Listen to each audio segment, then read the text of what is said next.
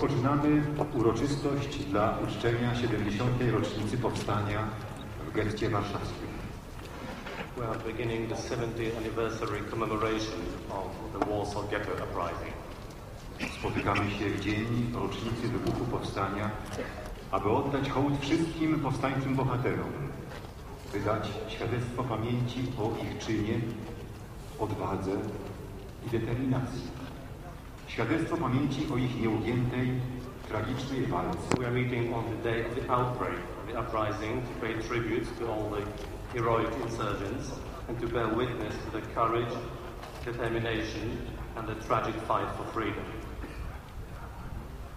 Ask the mayor of the capital city of Warsaw, Anna Gronkiewicz-Waltz, to take the floor. The uprising to pay tribute to its heroes. We remember both those whom we know by name, such as Mordechai Anielewicz, Marek Edelman, Simcha Rotem, who was at the time called Kazik Rataiser, Paweł Frenkel, Jan Rodal, and David Moritz Appelbaum. But we also remember the nameless heroes and victims of the uprising against the German oppressors. Powstańcy z warszawskiego getto. Born in this city, not all of them lived here when the war broke out.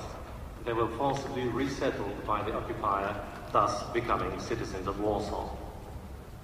Warszawa, w której Warsaw's population before the Second World War was Jewish, and the city had for centuries been home to thousands of Jewish families, including the families of people like Isaac Bashevis Singer, Janusz Korczak, Mordechai Anielewicz, Marek Edelman, and Israel Gutman. As a result of Germany's insane plan of mass annihilation, this city became the largest ghetto in the occupied Europe. Rising in the Warsaw Ghetto took the German occupiers by surprise, as they had expected no resistance. It was the first urban uprising in Europe under German occupation. Mate Kazik Rataiser said, "The truth is that we didn't only fight to die with dignity, because those who went to the Umschlagplatz perished from hunger or committed suicide also died with dignity. We wanted to show them that we wouldn't be taken to the gas chamber." The uprising to pay tribute to its heroes. We remember both those whom we know by name, such as Mordechai Anielewicz, Marek Edelman, Simcha Rotem, who was at the time called Kazik Rataiser, Paweł Frenkel, Jan Rodal, and David Moritz Appelbaum. But we also remember the nameless heroes and victims of the uprising against the German oppressors. Powstańcy z warszawskiego getto. Born in this city, not all of them lived here when the war broke out. They were forcibly resettled by the occupier, thus becoming citizens of Warsaw. Warszawa, w której Warsaw's population before the Second World War was Jewish, and the city had for centuries been home to thousands of Jewish families, including the families of people like Isaac Bashevis Singer, Janusz Korczak, Mordechai Anielewicz, Marek Edelman, and Israel Gutman. As a result of Germany's insane plan of mass annihilation, this city became the largest ghetto in the occupied Europe. Rising in the Warsaw Ghetto took the German occupiers by surprise, as they had expected no resistance. It was the first urban uprising in Europe under German occupation. Mate Kazik Rataiser said, "The truth is that we didn't only fight to die with dignity, because those who went to the Umschlagplatz perished from hunger or committed suicide also died with dignity. We wanted to show them that we wouldn't be taken to the gas chamber." About the sense of the uprising, since he knew from the very beginning that it was doomed both militarily and politically, and that only by chance one could save one's life, Edelman responded, "It is better to do something than to do nothing." There was no other rationale. During the 65th anniversary commemoration of the Warsaw Ghetto Uprising, there were many more survivors of the Holocaust here. Today, there are much fewer of them with us, and as for the Warsaw Ghetto insurgents, there are only two, Mr. Simcha Rotem, Kazik Rataiser, and Ms. Hafka Folman-Raban. As time goes by, people pass away. Based on the Ohel, a small tent, there stands the beautiful building of the Museum of the History of Polish Jews. Soon to be officially opened, the museum will present a 1,000-year-long history of the Polish and Jewish nations living together on the Polish soil. It will also be dedicated to the tragic history of the Holocaust and the Warsaw Ghetto Uprising.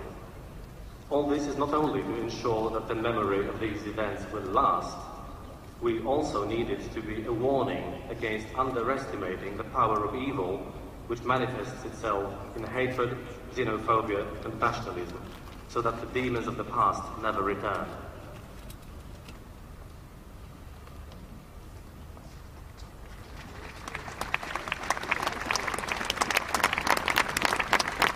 President of the Republic of Poland, Bronisław Komorowski, to take the floor.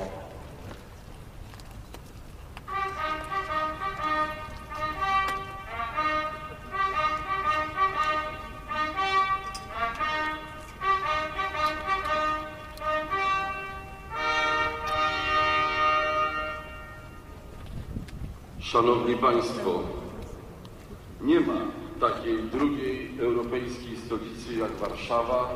Gentlemen, there is no other capital city in Europe but Warsaw, where the war exacted a greater toll of destruction and death, since there is no other capital city but Warsaw that rose 3 times against the Nazi occupant. Pierwszą daninę krwi Tribute of blood was paid by Warsaw in September 1938. The second was the Warsaw Ghetto Uprising in April 1943, and the third, the Warsaw Uprising, an upheaval of the Polish Home Army, which started in August 1944. In the aftermath of the war, Warsaw was largely turned into a sea of ruins. Its inhabitants were killed or scattered in the wartime chaos. A terrible price was paid by Poles and Jews, who before the war had constituted a large share of the Polish capital's inhabitants. But even against the background of the tragedy of the whole city, the fate of the Jewish quarter and the community of Polish Jews presents itself as a unique tragedy, which until today horrifies by the magnitude of cruelty, ruthlessness and destruction. Władysław Warszawski years ago rightly noted that back then every Pole risked death, while every Jew was condemned to death. Where we are standing today, on this soil, the sentence was eagerly executed in cold blood. German Nazis turned the ghetto into a true hell on earth. While persecuting Jews, they appealed to their lowest human instincts. zwróciła na to Elka, whom we only know by her first name, witnessed the tragedy of the Warsaw Ghetto. In her shocking diary, which was recently found in the collection of the museum in Majdanek, she wrote, "There is a beast in every man, and the Germans, in their own way, unleashed and set the beast free. The lowest human instincts, dormant on the very bottom of the human soul, have woken up, and they threaten to suppress everything ethical, every obligation to our neighbor, the goodness in human nature." dzisiaj Of the Warsaw Ghetto Uprising. The unknown woman I mentioned before wrote on April the 20th in her diary, "Yesterday, true bloody fighting flared up in the ghetto. Tanks, cannons, heavy machine guns were brought into the ghetto and waged a ruthless war against the Jews who finally dared raise their heads in revenge for Treblinka, for Bełżec, for Trawniki, and for the entire hell we have been going through. From dawn, one could hear loud detonations, pistol shots, machine guns rattle, and the whole symphony of sounds that are reduced to a small word which carries the blood of the dead, revenge, the clash of two hostile powers. The struggle. The ghetto has risen. The ghetto has risen. No more than several hundred men armed with revolvers stood up in fighting against the tormentor. They stood up to defend the remnants of human honor. finest hour has stricken for history and posterity. Tak zrelacjonowany It was one of the last chapters of the Holocaust of Polish Jews. It was one of the last chapters of the tragedy of people locked in behind walls, wasted by famine and disease, murdered on the spot, or sent away to die in death camps. It was the last effort by people deprived of their dignity, hope, often so solitary in their fight for survival. The essence of the uprising effort was the right to dignity, also to die in dignity, fighting, with gun in hand. powstanie A great challenge thrown down by the Jewish insurgents in the face of persecutors and murderers. But it was also an accusation of passivity and ineffectiveness of the whole free world. The world that could not bring itself to help, although it knew. Also from Jan Karski, the envoy of the Polish underground state, and an eyewitness to the tragedy of the Warsaw Ghetto agony. historia tamtych strasznych The of those horrible but also heroic days is an important part of an ideological foundation on which the contemporary state of Israel is built. It stands as a point of reference for each struggle for human dignity, for human rights in the world today. But for us, the Warsaw Ghetto Uprising is a part of our Polish history, a tradition of our national uprisings. It is a part of a history of the heroic city of Warsaw. w wielu regionach Central and Eastern Europe, there were ghettos condemned to extermination. In all countries conquered by and subjected to the Third Reich, entire Jewish communities perished. But it was here, on Polish land, that Polish Jews took up an equal armed fight for dignity and rights of the nation, for human dignity. to powstanie Also upon the archetype of a David and Goliath struggle, but also upon the tradition of Polish uprisings of the 19th and 20th centuries, where many Polish Jews fought for your freedom and ours.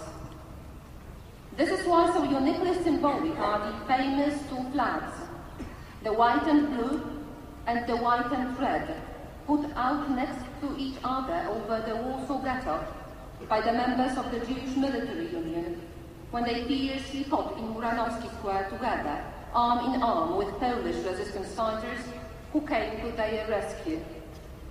We have to nurture the memory of the two flags so that it lasts and helps build present Polish-Jewish and Polish-Israeli relations. takich niezwykłych Many so incredible symbols that speak to our Polish and Jewish hearts. It is worthwhile taking them out of the shadows of history and making them the road signs for today. I am certain that the Museum of the History of Polish Jews, which is being created next to the monument to the Ghetto heroes, will play a significant role in this endeavor. takim symbolem jest Worn by Janusz Korczak in the ghetto. Perhaps another symbol is the very name of the legendary Jewish combat organization. A heart sensitive to history makes a simple association with the combat organization of the Polish Socialist Party led by Józef Piłsudski during the 1905 revolution. It also brought together numerous Polish and Jewish combatants who fought against Tsarism for social and national liberation. nawiązując do Drawing upon this common tradition, I welcome cordially all the guests of the commemorations of the 70th anniversary of the Uprising. I convey my greetings to all those who wished to be with us today, but could not come because of their age, health, or other obstacles which made it impossible for them to be with us. In particular, I welcome Mr. Simcha Roten, Kazik, the last living commander of the Uprising. It is going to be a great honor for me to decorate you with the Grand Cross of the Order of Polonia Restituta. The name of the order you are about to be decorated with signifies that your struggle in the ghetto in 1943 and later in the Warsaw Uprising in 1944 served to restore Poland. Thank you, on behalf of Poland and Poles.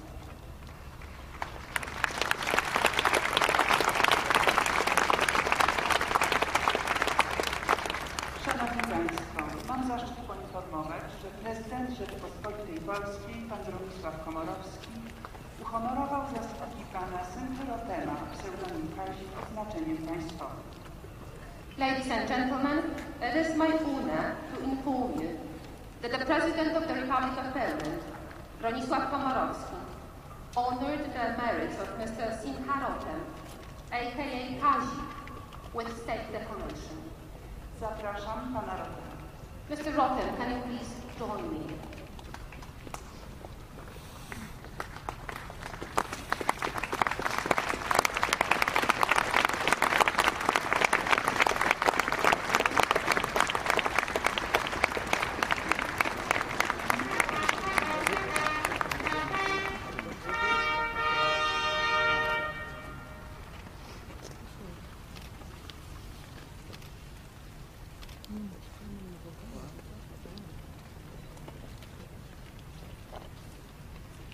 Szanowni Państwo, na podstawie artykułu 138 Konstytucji Rzeczpospolitej Polskiej oraz ustawy o orderach i odznaczeniach. Ladies and gentlemen, acting by virtue of Article 138 of the Constitution of the Republic of Poland and the Act on Orders and Decorations, Postanowieniem prezydenta Rzeczpospolitej Polskiej Bronisława Komorowskiego za wybitne zasługi w działalności na rzecz dialogu polsko-żydowskiego i kultywowanie pamięci o heroicznym czynie żydowskich bojowników podczas powstania w getcie warszawskim wiosną 1943 roku. by the decision of the President of the Republic of Poland, Bronisław Komorowski, for outstanding merits for Polish-Jewish dialogue and cultivation of memory of the heroic effort of Jewish insurgents in the Warsaw Ghetto Uprising in spring of 1943. Odznaczony został krzyżem Wielkim Orderu Odrodzenia Polski pan Simcha Rotem. The Grand Cross of the Order of Polonia Restituta is conferred upon Mr. Simcha Rotem.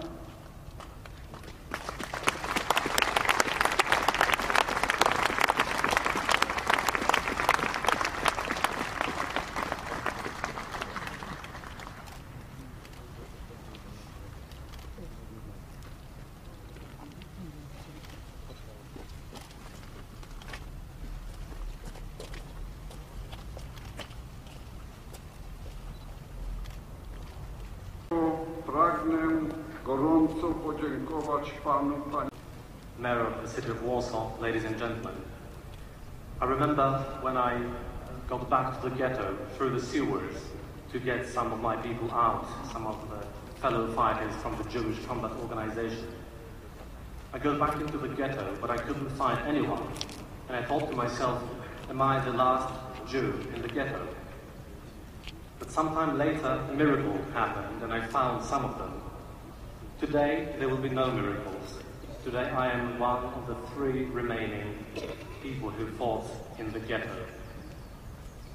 Marek Edelman, for so many years, was the guardian of remembrance, and he stood here where I'm standing for over 60 years. It's natural that people pass away, but we have to remember them. Therefore, I would like to thank you, President, for inviting me to the 70th anniversary celebration of the Ghetto Uprising. It is particularly important to remember about it in Poland, not only because the uprising was here in Warsaw, but because all of us were Polish. The Ghetto Uprising was the first act of armed combat against Germans in the occupied Europe, and it was the final chapter of the tragedy of the Jewish nation. In April 1943, in Warsaw Ghetto, there were hardly more than 50,000 people left, and we knew that the end would be the same for everybody. We were determined to choose that kind of death for all of us, because we knew we had no chance fighting. But to this very day, I keep thinking whether we had the right to make the decision to start the uprising, and by the same token to shorten the lives of many people by a week, a day or two. Nobody gave us authorization to do that, and that's the doubt I have to live with. Nie ma języka, który To describe the Holocaust of the Jews, or to describe the bestiality of Germans, or the life in the total isolation of the ghetto. For many years I remained silent, being aware that nobody who has not been through it can understand it. However, in spite of all their cruelty, the Germans did not manage to break the moral framework of the Jewish society. In spite of the fact that they forced 500,000 people into a single district of Warsaw. In spite of the fact that they did not allow them to work. In spite of famine and disease that resulted in 100,000 people dying.